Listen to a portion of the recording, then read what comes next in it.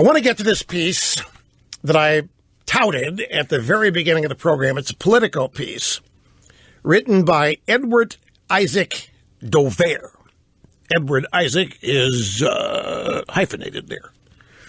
Edward Isaac Dover. Democrats in the wilderness, inside a decimated party's not-so-certain revival strategy. Now, the upshot of this is that they're in deep trouble, but the important thing is, when you read this, they know it. The media coverage is of a shocked and surprised and bamboozled party that doesn't know what hit it. Well, that turns out not to be true. But the reason I want to share some of this with you is because it's the only honest assessment of the current position, the status quo of the Democrat Party that I have seen. Standing with some 30,000 people in front of Independence Hall in Philadelphia the night before the election, watching Hillary Clinton speak, exhausted aides were already worrying about what would come next. Oh, they expected her to win, of course. But they knew President Clinton was going to get thrashed in the 2018 midterms. The races were tilted in Republicans' favor, and that's when they thought the backlash against them would really hit. So they've known that they're in disfavor. They know they've been governing against the will of the people, is my point. They know it.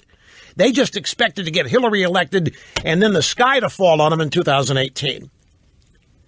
They figured she'd get a primary challenge. They didn't figure she'd be reelected in 2020. Some of them had already started gaming out names for who would be challenging her nomination.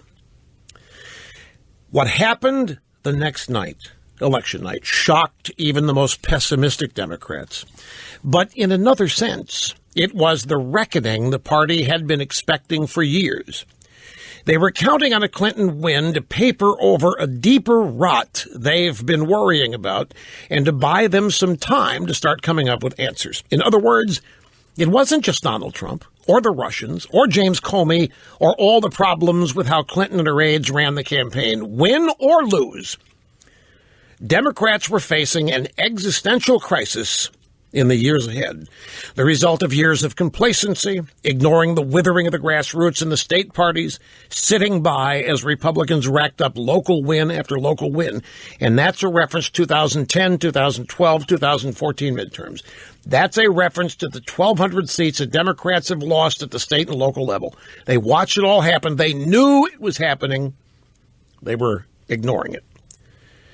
As Trump takes over the GOP and starts remaking its new identity as a nationalist populist party, creating a new political pole in American politics, for the first time in generations, all eyes are on the Democrats. Well, actually, that's not true. They wish it were true. All eyes are on Trump. All eyes are on Trump. How will the Democrats confront a suddenly awakened and galvanized white majority? Stop and let that sink in. That's right from the Politico piece. The Democrat Party, the Democrat Brain Trust, is asking themselves, how are they going to deal with a suddenly awakened and galvanized white majority? Now, wait, what all that means is that they have been aware that they cast aside the white working class. They did it in November of 2011. They decided they didn't want the votes of the white working class, and they went all minority all the time. They went identity politics. They went ethnic. They went minority. They just cast aside the white majority on purpose. And now it's come back to bite them. They believed the demographics that the white majority was soon to be a white minority. They wanted to get ahead of that. And then this next question in Politico, what's to stop Trump from doing whatever he wants? Who is going to pull a coherent new vision together for the Democrats? Worried liberals are watching with trepidation, fearful that Trump is just the beginning of worse to come, desperate for a comeback strategy that can work. What's clear from interviews with several top dozen Democrat politicians and operatives at all levels, however, is there is no comeback strategy. There's just a collection of half-formed ideas, all of them challenged by reality. And for whatever scheme the Democrats come up with, they don't even have a flag carrier. Obama? He doesn't want the job. Hillary? Too damaged. Bernie Sanders? Too socialist. Joe Biden? Too tied to Obama. Nancy Pelosi? Chuck Schumer? Too Washington. Elizabeth Warren? Maybe. But all of them, old, old, old. This is the Politico acknowledging that's the Democrat bench. That's what they've got. That's the only, that's it. Schumer, Pelosi, Warren, Biden, Sanders, Hillary. I'm telling, they are in deep doo-doo, folks. It's not being written other than this story today. That's why I'm focusing on it. The Democrats' desolation is staggering. But part of the problem is that it's easy to point to signs that maybe things aren't so bad, meaning they are getting delusional. For example, Hillary did beat Trump by 2.8 million votes. Obama's approval rating is nearly 60%. The polls show that Democrats are way ahead of the GOP on many issues and demographics. But that doesn't mean anything because they are stuck in the minority in Congress with no end in sight. They have only 16 governors left. They face 32 state legislatures fully under Republican control. Their top leaders in the House are all over 70. Their top leaders in the Senate are all over 60. Under Obama, Democrats have lost 1,034 seats at the state and federal level. There's no bench. There's no bench for a bench. There's virtually no one able to speak for the party as a whole. If Republicans dominate the 2018 midterms, they will control the Senate and with it the Supreme Court for years. And they will draw district lines in states that'll lock in majorities in the House and across state capitals, killing the next generation of Democrats in the crib, setting up the GOP for an even more dominant 2020 and beyond. Most doubt that Democrats have the stamina or the stomach for the kind of cohesive resistance that Republicans perfected over the years. Now, I want to spend just a moment on that because this is it's just the lead sentence to the next paragraph in the story, but this is profound. Let me read it to you again. Most doubt the Democrats have the stamina or the stomach for the kind of cohesive resistance that Republicans perfected over the years. You know what the Democrats' biggest problem is? They haven't the slightest idea how to overcome adversity. They haven't the slightest idea how to deal with it. They never have any. They have a slavish, sycophantish media. The media, which is the primary equalizing force in this country, never, ever makes it difficult for them. The media never challenges what they say, what they do. They are constantly sucked up to. They are constantly heralded and treated as rock stars. No matter how dumb they might be, no matter how stupid, no matter how wacko their policies and actions and words might be, they're never called on it. They are allowed to get away with every bit of hypocrisy they routinely engage in, and they are routinely placed up on an untouchable pedestal. They cannot wear the Republican Party shoes. There isn't a Democrat that would last a day doing this show, getting the kind of criticism this show gets. They don't know how to deal with it. They have never had to. They get idolatry. They get devotion. They get puff pieces. They are built up and heralded as great in every way you can imagine. They never, ever have to overcome adversity. And this is why, in circumstances like this, so many of them resign.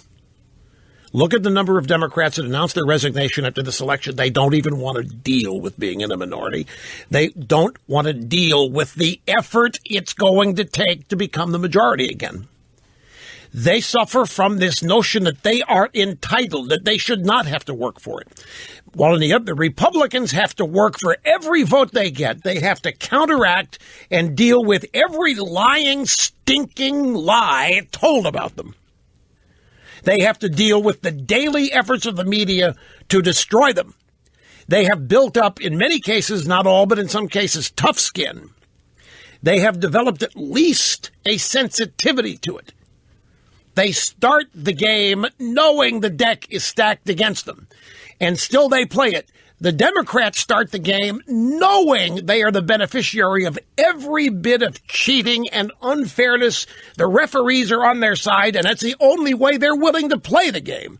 So this sentence here, most doubt the Democrats have the stamina or the stomach for the kind of cohesive resist. That's not it. They don't have the ability. They don't have the wherewithal. They don't have the toughness.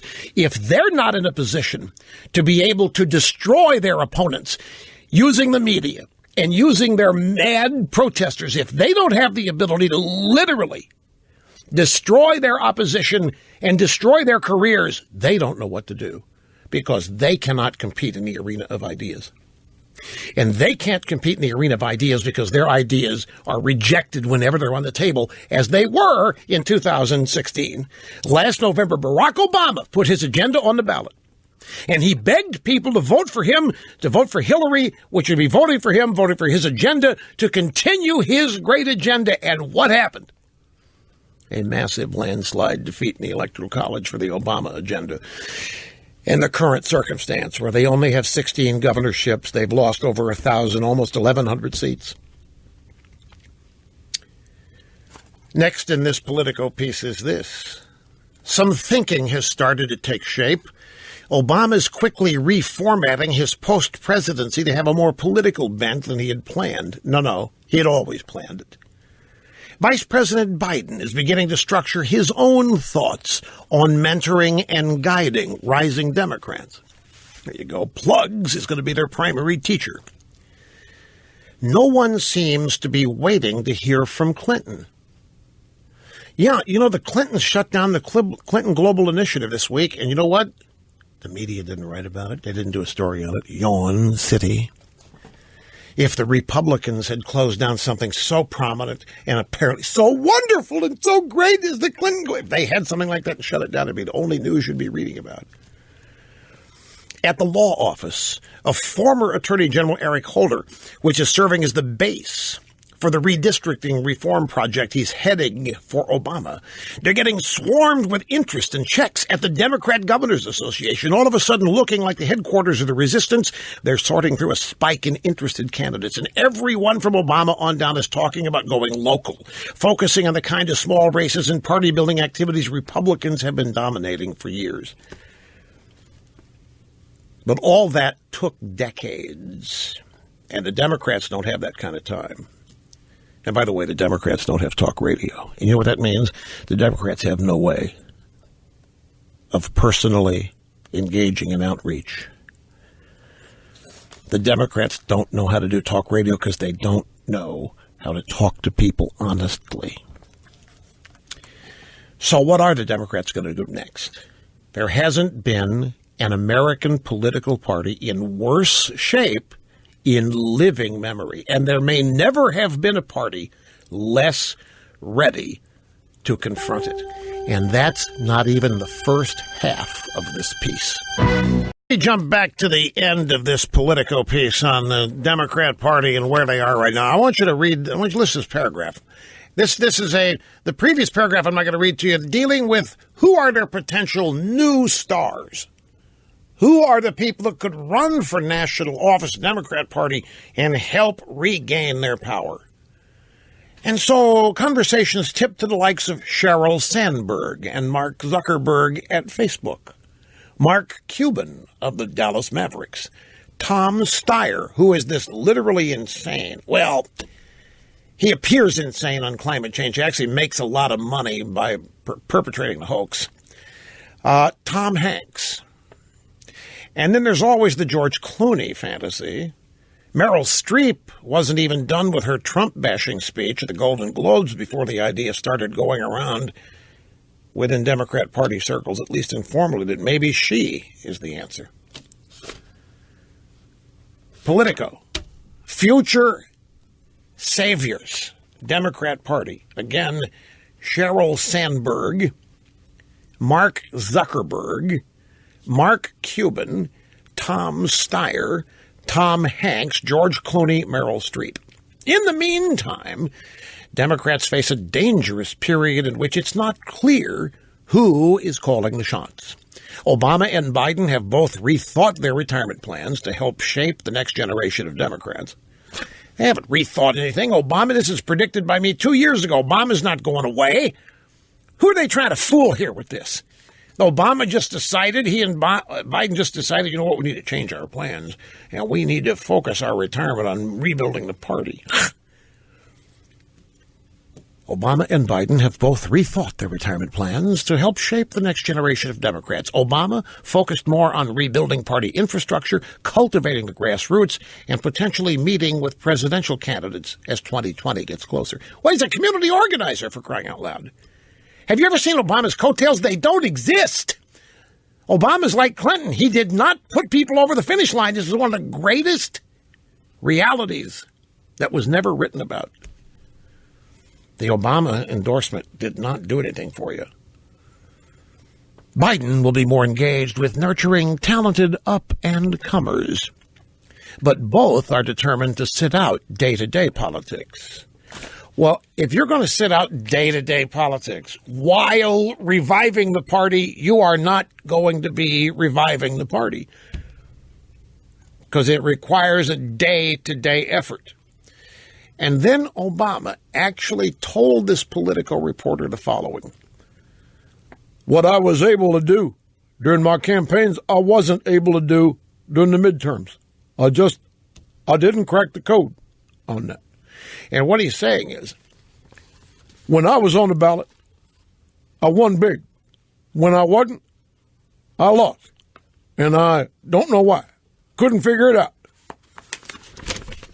He's admitting that he was a disaster for the Democrat Party when he was in the midterm elections. Anyway, they say here there's no time for any of it.